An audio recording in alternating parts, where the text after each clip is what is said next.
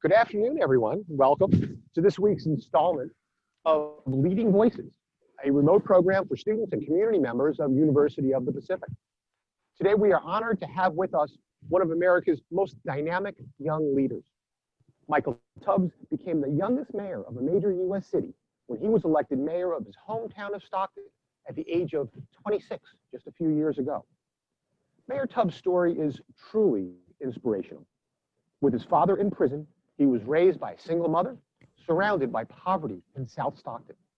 Yet through hard work and extraordinary perseverance, he has become not just a great leader, but a role model for students and young people everywhere. He graduated from Stanford University and returned to Stockton to give back to his community. Among his earliest accomplishments as mayor was securing $20 million for Stockton Scholars, a scholarship program that aims to dramatically increase Stockton students entering and graduating college. Most recently, Mayor Tubbs was the subject of a new HBO documentary, Stockton on My Mind. The 90-minute special tells the powerful story of Mayor Tubbs and his city. We'd like to take a moment now to share a brief clip from Stockton on My Mind.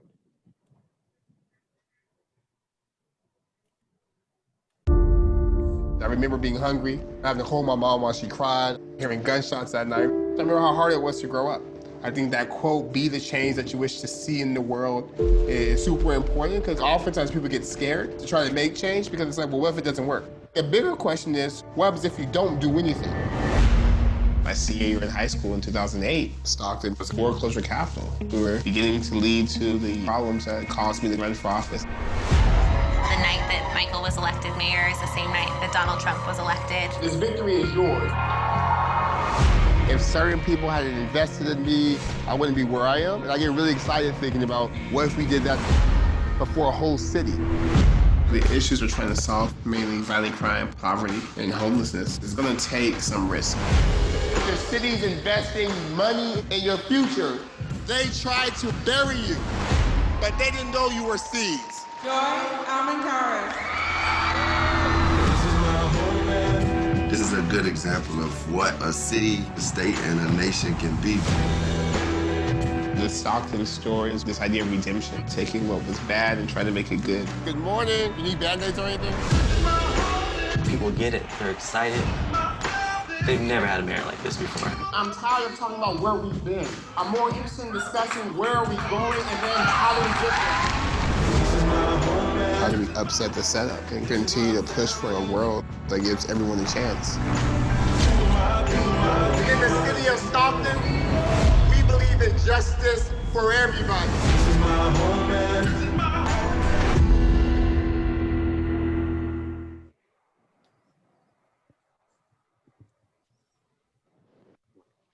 Mayor Tubbs, welcome to Leading Voices, and thank you for joining us today. We are delighted to have you. If we could, the format today is just, I'm going to ask a couple of questions, and then what we want to do is take a lot of time to have the mayor answer questions from our students and our faculty, staff, alumni, and others who have joined us this afternoon. So, so if I could start off, obviously we saw just from that small clip the inspirational story of your life. Mayor, can you tell us a little bit about what drove you at such a young age? And are there lessons embedded in your experiences with your resilience and your perseverance that might be applicable to our students today, particularly as we all battle through COVID-19? Yeah. Well, first, so good to see so many familiar faces. I'm used to seeing most of you guys in person. So I'm still getting used to seeing everyone in small boxes on the screen, but happy to be in community with you all. And thank you, Mr. President, for the conversation and for the series of speakers you've had thus far and after. I think the question in terms of what kind of drives or what the motivation kind of changes throughout time, but I think the core of it is from a very early age, I was just always taught if I was upset about something, or if I thought something needed to be changed, or if I thought I could do something better, then it's not enough to talk about it, you have to do it. Like my mom was always solution oriented. All right, what are you gonna do about it? Like, all right, how does it get better? I think that's part of it. I think particularly as a young person, growing up in Stockton, so many of the messages that were received weren't positive or affirming. It didn't speak to like great expectations for what I could accomplish. So I think part of it was also just proving people wrong and saying like, no, I understand what the statistics say. I understand sort of the circumstances of my environment, but I want to show that it can be better and can be different. And that thing as I got older, I just have been really driven by this idea. And I think that's why the work that the university does is so important, that talent and intellect are really universal, but the resources, opportunities are not. And that I'm just motivated by this idea of how do we provide everyone with opportunity? Because I truly do think opportunity is the best antidote to a lot of the things we complain about, to a lot of the things that aren't right in our society. And I'm just really driven to create a world that I think we all deserve, which is namely a world where people have opportunity, where people are truly treated equally under the law, where people are given the chance to self-actualize and reach their full potential and have the resources to do so. Thanks, Michael. I appreciate that. After you graduated from Stanford not all that long ago, you had all sorts of opportunities, and really, with your with what you were able to accomplish and your Stanford education, you had opportunities everywhere. Yet you chose to come back home. You chose to come back to Stockton to serve. Can you walk us through a little bit that decision-making process for you, and what led you there? If I'm black, it's a long answer, so feel free to cut me off or say cut to the chase. But essentially, it started during my junior year. My junior year, I was an intern in the White House under President Obama, and my job was working with mayors and councils. And I actually did not enjoy the job at first because I was like, who cares about mayors and councils? It's so boring. I want to be the senators. I want to be doing policy work. I want to be with the people. But I saw every single day that mayors and council members were actually moving things and creating programs and lifting the profile of their cities.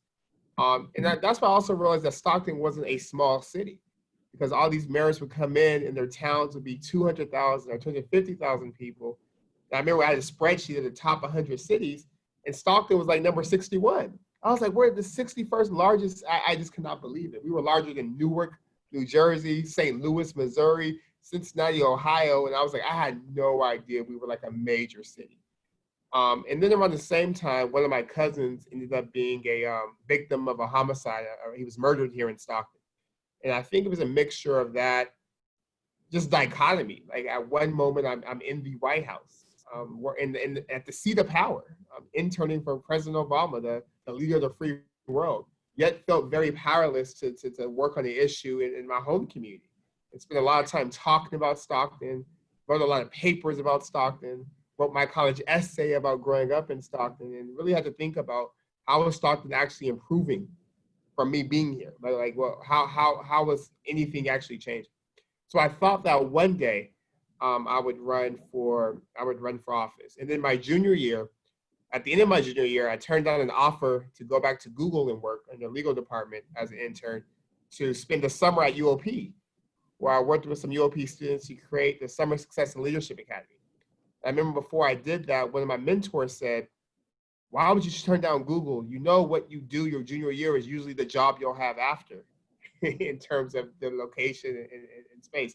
So I spent that summer running a program for quote unquote at-risk students, 50 of them on campus for a week, with lectures from UOP professors, with research around community action plans, figuring out what are the solutions for violence, and like fell in love. I was like, oh my gosh, this is so meaningful. I feel so alive. This is what I want to do. So I went back to school my senior year, applied for a couple things, didn't work out. So then by December of 2011, I just told my mom that I said, Mom, I don't want to do anything else. I think I'm going to come back to Stockton. She was like, for what? I was like, I think I want to run for city council. And she's like, oh, absolutely not. Like, I know you feel guilty about your cousin, but no, this is not the plan. You don't owe anyone anything. You should not feel guilty. Like, we spent all this time sacrificing for you to make it. You go make some money. You went to Stanford. Like, what are you doing? Please don't come back. But then I said, then she said, but I'm sure you already decided. So I guess you're running for city council. And that's kind of the long and short story of the decision-making process. I love that. Thank you for sharing that, Mayor Tubbs. You know, you are, despite your young age, you're a role model for a lot of young people who are thinking about careers in public service. And I'd be interested to know who have been your role models as you sort of developed as a public leader. Who did you draw inspiration from? Yeah, I'm kind of terrible. I think all of my role models are like not politicians, actually. So I think one of my biggest role models is Marion Wright Elderman, who is the founder of the Children's Defense Fund. She's the first Black woman admitted to the Mississippi State Bar in like 1960 something. One of the first Black people to graduate from Yale Law School. She kind of helped Robert Kennedy discover poverty in this country. She was an organizer for Dr. King's Poor People's Campaign. She gave Hillary Clinton her first job, and she's just an incredible human being. And what I've learned from her is this idea of policy mattering. That's not enough to speak in platitudes and to soundbite, but you have to have an understanding of policy and the levers of policy to actually make the lives of people better. The centrality of children, that children should be the center and the fulcrum of our politics and our decision-making as a country. And also this idea of longevity. I remember one time I was exhausted. It was after Tamir Rice had been murdered in Ohio. I remember just being very angry, and I had a meeting with her, and she said, "It is a privilege to struggle for justice." And I said, "Huh? I don't feel privileged. I feel tired and angry and anxious." And she was like, "No."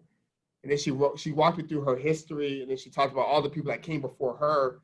And she said, in doing this work, you're walking in the legacy of angels, of people on this earth who were angelic in terms of the way they pushed us to be our better selves. And she said, that's something to be proud of, and that's a privilege that you are able to do this work.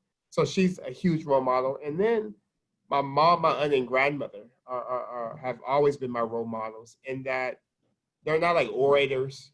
Like, they're not going to ever get up and give a speech, or even on Twitter, they don't even tweet. They just like and retweet, but they just don't really, but they do.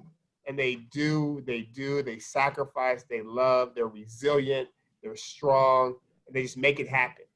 And I think I just learned from them the importance of hard work, the importance of being determined, and the importance of, even if you can't control everything that happens, that if something has to get done, you find a way to get it done. So those are kind of my main role models. Thank you.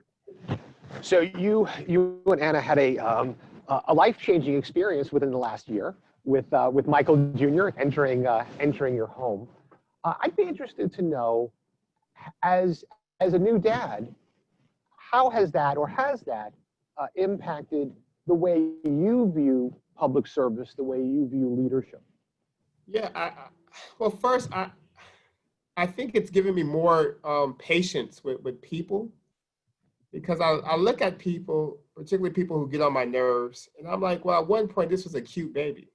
At one point, this was just like a sweet, just a sweet, nice, kind baby. And something happened that changed it, but inside that baby is still there. And that literally helps me. I'm much more like, I don't get as annoyed as much, because I'm like, this person was once a baby, right? and that's been helpful. I think number two, it's given me a perspective of government that's different, in that now I tell my staff, like, I think the function of government is to just allow parents to be parents. Like, we should do everything in our power to let parents be at home with their kids being parents. And that should inform the policy choices we make. That should inform the investments we make. Because nothing good happens when parents aren't able to parent. So we need parents to be parents. That looks like making sure parents have enough money to provide for their children, that childcare is affordable, that schools are good, that people have paid family leave and time off. Like, literally, we want parents to be parents. And then I think the third thing is just giving a certain, which is going to sound crazy because people say I'm impatient now, but I'm even more impatient because I just do not want my child to grow up in a world that has many of the problems we're seeing today. I just think he deserves so much more. He's such a gift, and I just want to make sure he inhabits a world that's worthy of him. And and children like him. So I'm like, no, we can't. I want a lot of stuff we're talking about now to be in history books. I want him to look back and say, oh my gosh, I can't believe this was a thing. So that just gives another level of urgency to the work we're trying to do. Level of urgency. I like that level of urgency. Thank you. Let's stay on this summer. I mean, this summer has really provided a critical opportunity for all of us to shine a light on social justice issues and racial inequalities that are still so prevalent in our country today. Can you talk a little bit about the importance of investing in people, in tackling social justice issues, and also tell us a little bit about your philosophy and your project on the Universal Basic Income Initiative? Well, first, let me say I appreciate the letter you sent to the UOP community about racism and white supremacy and Black Lives Matter and the university's commitment. I know as a former employee of the university, I never seen such a stance from the administration so explicitly about a current issue that could feel contentious, but it really isn't. It's about human rights. So I just want to thank you for your leadership on that. And it meant a lot, not just to your students who have been emailing my wife and talking to her about what they can do, but I think to just the wider Stockton community that UOP is part of this fight as well. I think this summer has really, again, just put into focus this idea that we are a nation of great ideals. And these ideals are amazing and inspiring, but for many people, they've remained ideals for 400 years.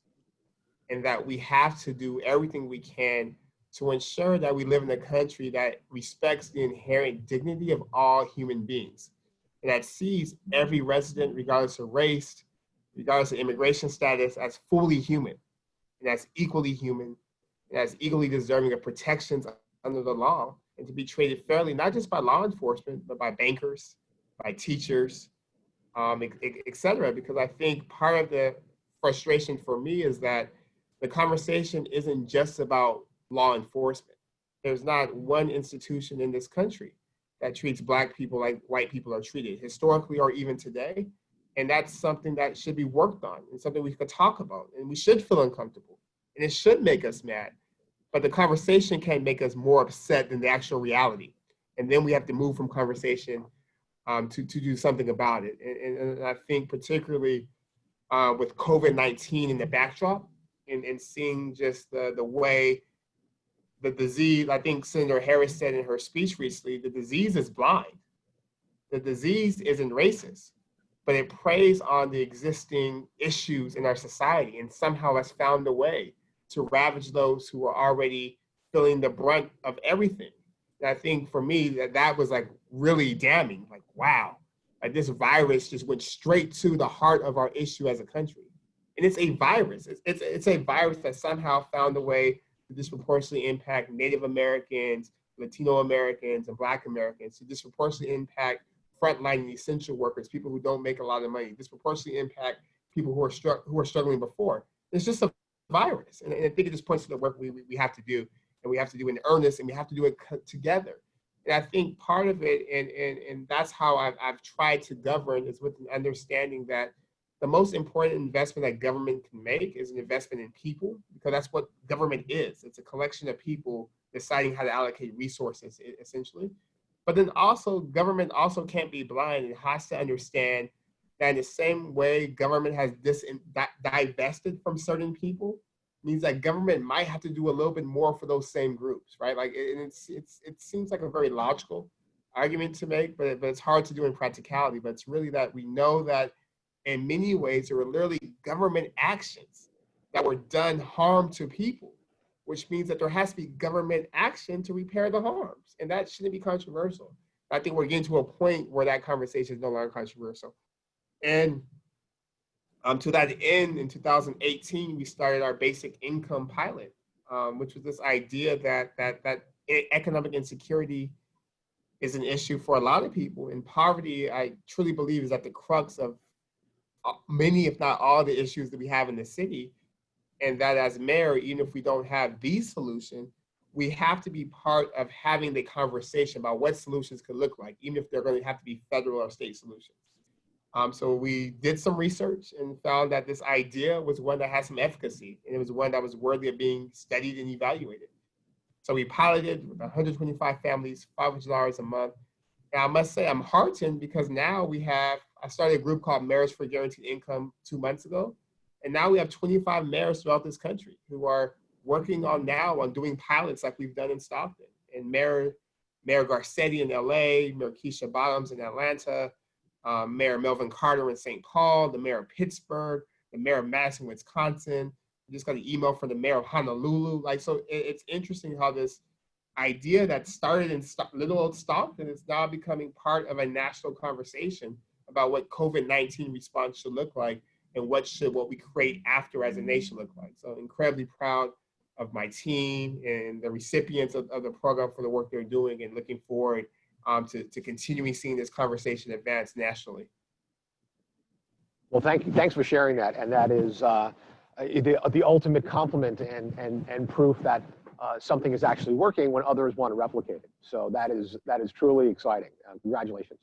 I could take all the rest of our time and continue to talk to Mayor Tubbs, but that would be selfish of me because we have more than 100 people, students, faculty, staff, alumni, and community members who have joined us today. So with that, I'm going to turn it back over to Christopher, and he's going to do his thing, having guests come on and be able to ask Mayor Tubbs a question.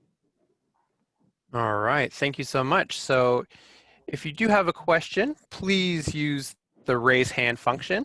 If you click on participants, and you will see yourself, there is a raise hand function, and we will go ahead and call on you as you raise your hand. So that way we have some questions coming up. That way we can unmute you.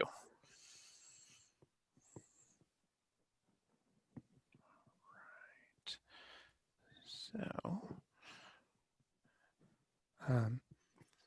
Janet Guzman, I know you had submitted a question ahead of time. If you want to go ahead, and you are unmuted if you want to ask your question. Okay, thank you very much.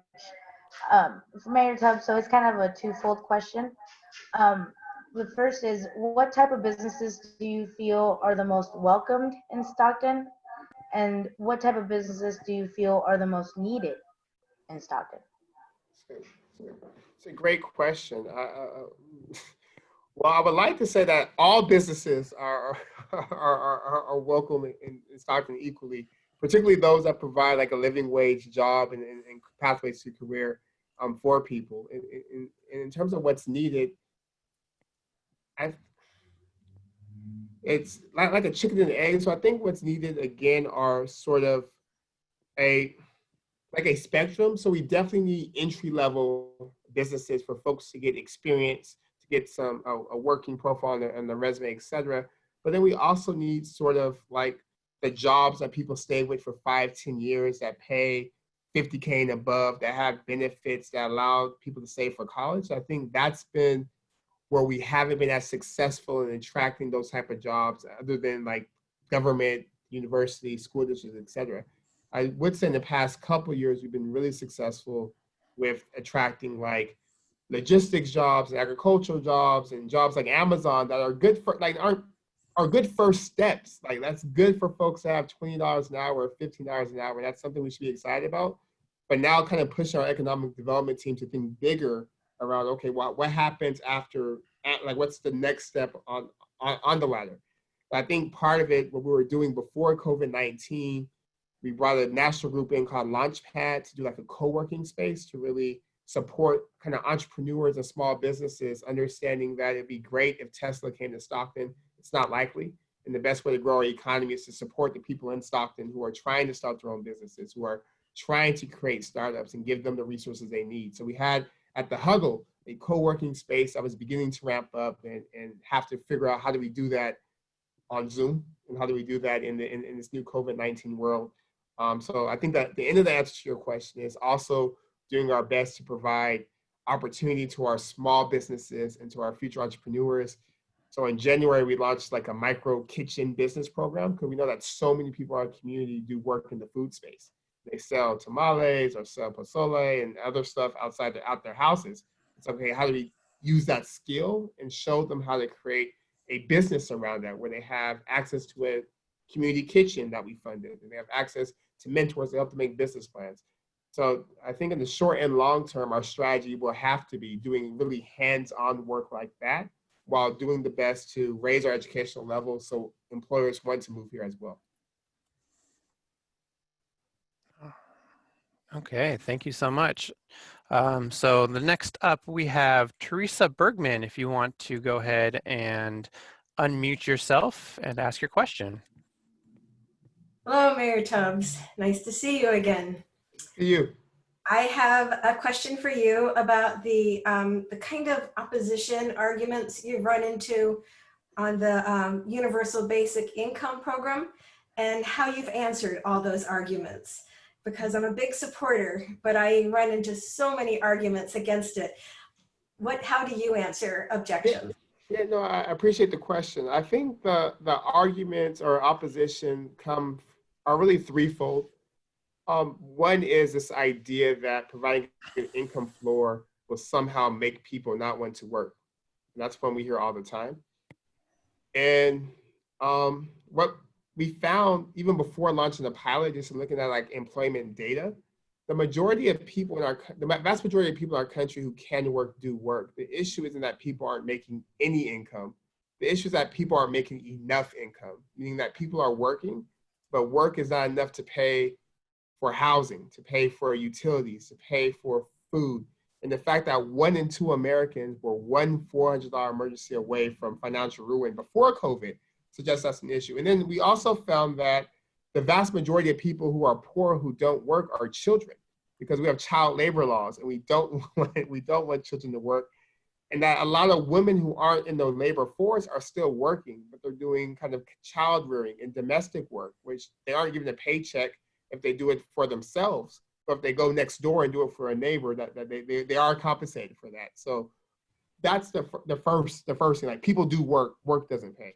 The second oppositional argument we heard a lot was this idea that people would spend money on drugs and alcohol. That you give people money, it's all going to go to drugs and alcohol. And what we found in the past 18 months of running the pilot in Stockton is that less than 1% of expenditures are spent on drugs and alcohol. And that folks that have a drug and alcohol issue, that's not necessarily correlated with class. That chemical dependency is first of all, it's a mental health issue and a public health issue. It has nothing to do with finances. And that if you look at sort of how people are spending money, they're spending money how you and I spend money, because they're people like you and I. So on food, on utilities, et cetera. And that there's a big study that just came out of Finland that did this for 2 years and showed that a guaranteed income didn't stop people from working. It didn't encourage people to have vices, but it made people healthier and dealt with financial volatility. And then the third kind of argument is that it's somehow not an American idea, that doing so would turn us into another country, that we don't just give people things. And that's just an inaccurate reading of history. I mean, the middle class was created by giving veterans who deserved it kind of benefits through the GI Bill, that we gave people land to settle California and other places, like the Homestead Act. Like, we literally gave people land and said, here is land for you and your family to build upon, which helped create the middle class. That we give tax breaks and mass subsidies to certain industries, like the farming industry, but also to kind of corporations and those who are already doing pretty well. And we do that every time there's a crisis and pandemic, and there's no discussion about how that money is spent or how much of that money is spent on drugs and alcohol. And I would argue that probably more of that money is spent on drugs and alcohol than the measly $500 a month we're receiving for people. So, but really, Teresa, I think at the heart of the issue is that because the data is very clear, it's just challenging ideologies and mindsets around sort of, I think people want to argue from how the economy should work versus how the economy does work. Because yes, in a functioning economic system and democracy, if you work, you should have enough to pay your bills. Like, that's the ideal, that's the goal. That's just not the reality. And I think that's what I've seen as the biggest disconnect. It's that people are saying, no, I believe things should work this way. And it's like, yes, things should work this way, but they don't. And something like this actually allows us to get closer to how you think the world should work. Thank you. Yes, thank you very much. All right, so it looks like we have a student question. So Jared Vargas, class of 2021, would you mind unmuting yourself? Class of 2021. Oh my Yeah. gosh. What? Yeah, thank you, Mayor. Wow. Thank you, Mayor Tubbs. Yeesh. Excited to be able to ask you. And thank you for speaking at Pacific. And I also want to mention I'm part of the CIP program, and all of us appreciate you coming here. My question is that I know a lot of people who in my program who our thing is that we want to be leaders in the community, and kind of like in public service. And I know that means a lot of different things, but in the context of public service, I was wondering, like, how do you like prepare yourself like to make policy? Like, if you wanted to go in, if young people want to go in and run for school board or run for this or run for that, how do you, I was wondering what your thoughts are on how to prepare to make policy. And then how do you handle like the noise, naysayers and, that kind of stuff, mentally. Jared, what high school did you go to? Oh, I went to Ripon. I didn't go to Stockton. Oh, So, okay. I moved to Stockton. Stockton's my new home. It's all good. You moved to the best place. Well, first, let me say, I don't know if they're on, but shout out to my friends Allison and Clarence, who are doing just an amazing job with the CIP program. Oh, I see you, Clarence. Are doing just an amazing job with the CIP program. And every summer, we have 1 or 2 CIP interns in my office who are always incredibly impressive with the way in which they think about Stockton and think about using their UOP education. And my first job after college was with the CIP program. So deep love and affection for the work and the mission and the vision of the CIP program. I think the first thing is, it's going to sound very flippant, and I don't mean to be flippant, but sadly, most of the people who make policies, whether it's locally or nationally, don't know what they're doing, right? So I think oftentimes we put a lot of pressure on ourselves, and we should want to be prepared. That's important. We should want to be well-read. That's important. But know that the people you work with won't be well-read and won't be knowledgeable sometimes. So don't let that disqualify you. And you can build while you climb, right? Like, you don't have to be an expert in everything before you just decide to serve, because you also have staff and experts and folks who have been doing the work for a long time who have the nuts and bolts, et cetera. But I would say just take classes that speak to sort of how policy is made, but also what has created the world we live in. I think the best class I took in college was a class called the Urban Underclass. It's a sociology class, and I took it my sophomore year, and I still remember. And we read this book about the difference between income and wealth, which sounds really basic, but as a 19-year-old, I didn't realize income and wealth were drastically different, and that wealth was a bigger indicator of a lot of things more so than income. Or this idea of redlining, how there was literally like banks and government policy that determined which communities got loans, and those are the same communities that now have nicer things than other communities, and that didn't just happen. It was like a policy on the book that did it. So stuff like that, it made me think about like, oh wow, that actually if policies created issues, policies can help create solutions. And I think just knowing how to work with people you agree with and disagree with is important. Having a strong sense of values and a strong sense of purpose of like what you want to get done, because it's not a cakewalk. You'll never get 100%. It's the only job I think you can have where, again, an F is enough to win. Like 50.1% is all it takes to win, which means 49.9 people can hate your guts. But if you got 50.1, you're in the seat. And then I think in terms of the noise and naysayers, I'm sorry, Alicia. I'm sorry. And I forgot you worked for CIP too. I know you do 3. You do so much, so that's why I didn't mention you. But Alicia Perry's doing an amazing job with 3 seeds and with CIP. But to answer your question in terms of naysayers, well, I think part of it is you have to expect it, right? Like I think that particularly when you're the first to do something or the youngest, mind you, and then you're both of those at the same time, there's going to be a level of opposition that has nothing to do with what you're doing and has a lot to do with who you are. and what you represent, and you just have to accept that. And like, okay, well, that's part of the game.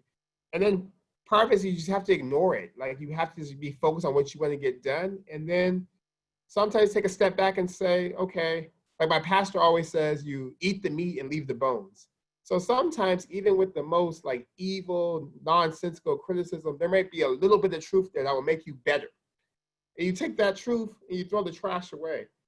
And then I don't get on Facebook, like my staff, that's their Facebook. And so stuff like that, just guard your energy, and that's what helps me. Thank you.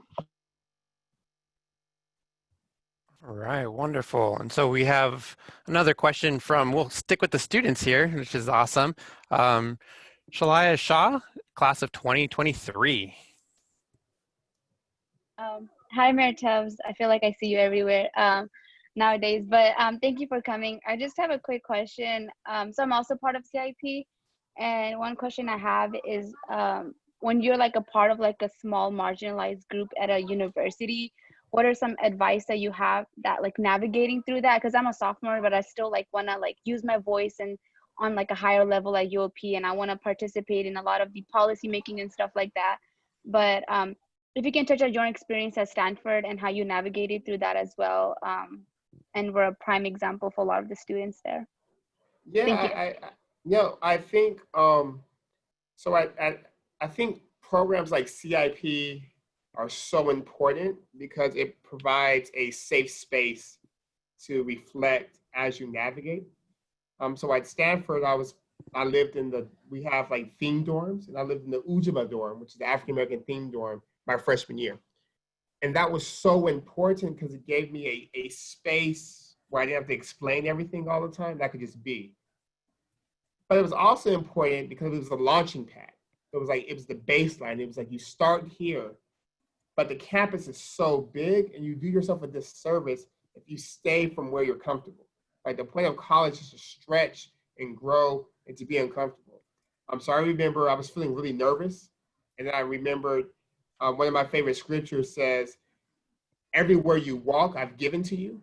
And I thought about that in the context of college. And I was like, well, I'm accepted, I'm here. So I could stay in Ujima, and I got that. But I don't have to just stay in Ujima. I could stay in Ujima, but everywhere I go on this campus is my campus. So I could go to the debate team. So I joined the debate team. I could go act in plays. So I acted in plays. I could go to student government. But it came from really believing and understanding like this campus is mine. And sure, the campus did me a favor by letting me in. But I'm also doing them a favor by being here. And that they're going to benefit a lot from my voice, from my experiences. And I think that just set me up to have such a rich college experience with so many different experiences I didn't know I had. So I would say, I'm glad you're thinking about sort of the impact you want to make. And college is like 4 years where it's like Disneyland. Like you just take advantage and milk every single resource because like the real world, it's not like that. And I wish I could go back and do even more because there's so much there. You only have 4 years or 5 years. But yeah, make sure it's your campus. So you should feel entitled. You should not be in the margins. You should be in the center. And this is your campus. Your tuition is paid for.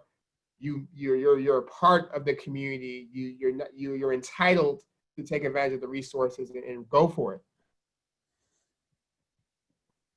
Thank you. Excellent. Thank you so much. So we should have time for one or two more questions. And so we're going to keep sticking with our students here. Marlu Reyes, class of 2021. Go ahead and unmute yourself. Hello, I'm also a CIP scholar, and I'm also on the speech and debate team here at Pacific. I grew up in Stockton, so I went to Franklin High School, and then I went to Delta, and then I went here. And my experiences with like the school system in terms of public school from the K through 12 wasn't the best in terms of like educational inequities.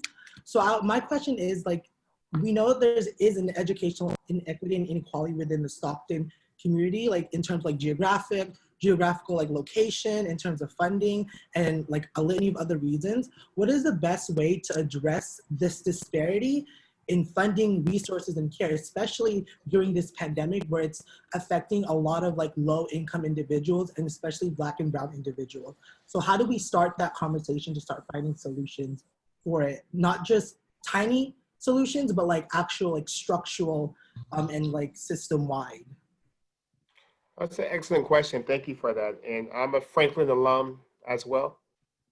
And I had a similar experience to you in the education system. And that's why I got my master's in education and taught for 3 years with an understanding that I wanted to change sort of the education system and make sure kids had a better experience than I had going through Franklin. So to answer your question, I think part of it is having people in the decision-making seats to make the structural changes, right? I think right now, if you look at we have 4 school districts, but if you look at Stockton Unified School Board, you have 4 board members who are not acting in the best interest of children repeatedly. From letting go of a good superintendent to trying to open up schools when it wasn't safe to just all type of shenanigans. And because of that, you can't even have a conversation about distance learning, about making sure all our kids have everything they need because the governance isn't right. So I think the most revolutionary thing we can do is ensure that folks who are elected to our positions of leadership in our community, but particularly those who are elected to leadership in terms of our most precious asset, our children, are folks who are well-read, are folks who are understanding of the enormity of the responsibility, and we're going to act in the best interest of children. On the policy level, we know that school funding is a mixture of property taxes, and part of it is artificially deflated because of Prop 13. So right now there's a ballot initiative, I think it's Prop 16 or 15 on this year's ballot that would change Prop 13 for commercial properties, meaning that commercial properties of businesses $3 million or above will be taxed, at a rate that's more in line with 2020 and not 1973. In doing so, we create more revenue for our schools as a first step. But then I think, and part of being a teacher and studying education policy is that funding in and of itself is necessary but not sufficient. It's how the funding is used. So working really closely to ensure that every classroom is equipped with a well-resourced, well-trained educator who's trained in not just pedagogy, but implicit bias and cultural competencies, et cetera, that we have more counselors and nurses and social workers and police officers on our campuses, so that we set the expectations that our campuses aren't sites of punishment and aren't sites of control, or sites of creativity and learning and developing the whole person. I think it's a conversation about raising standards. So Stockton Unified School District is the only school district right now in the entire city, if not county, that makes the A through G requirement the graduation requirement, meaning that kids in Lodi Unified, Lincoln Unified, and Manteca Unified, maybe Manteca Unified is A through G for all too. They were moving towards there, so I don't know. But most kids in our city aren't even tracked in classes that would allow them to apply for a UOP or a CSU or a UC Berkeley, and then we get complained when folks are going to college. So I think that's part of it. And I think the last part of the question is also being creative. And that's why I started the Stockton Scholars Program 3 years ago, with an understanding that one of the things we have to do is signal not just to the children, but to the community that there is an expectation that after you graduate high school, there's something for you, and we're gonna make sure you have the resources to do it. So now for the next decade, every single kid who graduates from a Stockton Unified School is guaranteed a scholarship to a 2-year school, a 4-year school, or a trade school, with the understanding that we just want you to do something. So I think those are long answer, but it's long because it's going to take all those things and then even more to get to the point where our kids get the education that they deserve, so that they're able to be like you and Ms. Shaw and others and attend a great school like UOP, because we know right now, even if UOP said everyone in Stockton could go to UOP for free, all of our kids wouldn't do well there because they haven't been given the tools and the training and the fundamentals so that could come and be successful once they get the opportunity. So we're working on it. All right, thank you so much. So one last question from our participants here today. Our ASUOP president, Randy Holguin, class of 21. Hi, Mayor Tubbs. So yeah, as he said, I'm ACOP president, so representative for our students. My question is, so a little bit of background. So one of my initiatives as being president, as well as being a CIP scholar, so from Stockton, is to connect the community more with Pacific. And so I guess my question is, with a lot of the talks that we've had this year, especially recently, we've had these talks for a while now about Pacific looking like Stockton in terms of our demographics, so our Black and our Brown students. And this is a conversation we've also had as well as, you know, the recruitment and the retention of our Black and Brown students, especially those from Stockton. So what are some initiatives or ideas or thoughts you have around how we can bring in our students? I know you just mentioned, you know, it's one thing to get them here, it's another thing that if they're prepared to be here. So kind of how do we fight that battle and make it easier for our campus to represent what Stockton is? Yeah, no, I think that's been the question for the last 30 years or, or 130 years for the university. And I think part of it, if we're talking Stockton and specificity, I think part of it will be a really intense engagement starting at like 3 years old with a cohort of students and following them from 3 years old to 12th grade. Because we know so much, well, even before then, we know so much of the brain development happens between 0 and 3. But really a really intensive initiative and partnership where we're saying, look, we want all of our kids to be UOP ready, even if they don't go to UOP. So this is the level of investment and engagement we'll put in from cradle to graduation. And I think that looks like, and I mean, there's models from different places. It's probably put them all together. So sort of, I know that Beyond Our Gates has been looking at the Providence Reads thing as an intervention to help read to kids early. So I think it starts there. I think it's intensive engagement from making sure the city has universal preschool and folks are, the preschools have highly trained preschool educators. And then from 5th, 6th, 7th, 8th, 9th, 10th, 11th, 12th grade, kindergarten, 1st, 2nd, 3rd, 4th grade, some level of engagement with, if not the university, some university partner. We know that a big driver of academic disparity, achievement disparity is the summer brain drain. It's that 3 months in the summer. So figuring out kind of where do we plug in so all of our kids, our brains are active during the summer. I think in doing so, we'll find that in 10 years, we'll have 1,000 kids who are ready and able to go to any university. I think many of them would choose to go to university. I'm close to home. And part of it is it's on the university, but I think part of it's also just on the school districts, the Head Starts, kind of city government, et cetera. In the interim, what a couple short things I think the university could do is, even right now, we could look at sort of talk to the school districts and say, who are your highest achieving 6th graders, or highest achieving 3rd graders, or highest achieving 8th graders?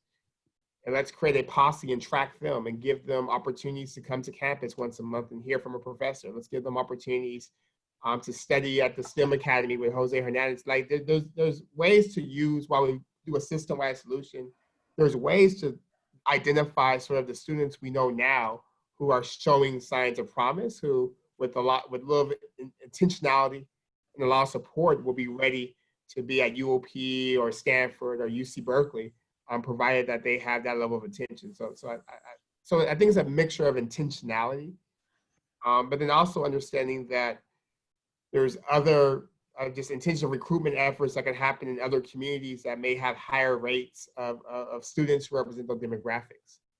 So having targeted recruiting, but also relationship building in communities we know in California that have higher Black populations than Stockton, or higher Latino populations than Stockton, or higher Southeast Asian populations than Stockton, and building relationships to bring pipelines for those kids to come here as well. Thank you, Mayor Tubbs. Thank you so much. And so if people have more questions for Mayor Tubbs, we are going to turn this back over to our president, Chris Callahan, to finish off the conversation. But if you do have questions at the end of our session today, we will be having a slide that has Mayor Tubbs's contact information so that you can follow him on social media and continue the conversation. So with that, President Chris Callahan. Thank you, Christopher. first and foremost, Mayor Tubbs, thank you so much for spending the time with us today and to give us your insights and your inspiration. It's been absolutely marvelous. And we're just very, very appreciative of the partnership that we have with you and the city of Stockton, which I know we're going to grow together over the next months and years. If I could also say to our students, and we have so many students who have joined us today, and I hope this doesn't sound too corny, but we're very proud of you. We know, you're in the second week of school, you're dealing with all of this craziness with COVID, and you're trying to get your classes done and get a handle on everything, and yet you're coming and spending your time to engage in a really important conversation with one of our great public servant leaders, and the depth of your questions are just, they make us proud. So thank you all for joining us. And I see many of our faculty, staff, alumni, and community members on the call also. Thanks to all of you for joining us also. We're very, very appreciative. If we can get out of here, Mayor Tubbs, with a final question, if I could. As you know, we're in the final stages of our campaign with purpose, and we talk a lot about our purpose. So if you could, in a single sentence, what is your purpose? To serve. To serve. To serve. Love that. Michael, thank you so much for joining us. Thanks to everybody. Kelly, thanks for hosting us, and Christopher. We will talk again soon, but Mayor Tubbs, thank you again for talking. And is it possible, Christopher, could we unmute everybody just momentarily so we can actually have applause for Mayor Tubbs? Yes. That I actually can hear? Is that possible? I don't know. Yes? All right. Thank you, Michael. Thank you. Fantastic. Thank you. Love you, In Michael. person next time. Thank you. Thank you, Mayor Tubbs. Great work you're doing. Thank you, Michael. Great to see Oh, hey, you. Wanda. Thank you. Wanda. Hey, Jim. Michael.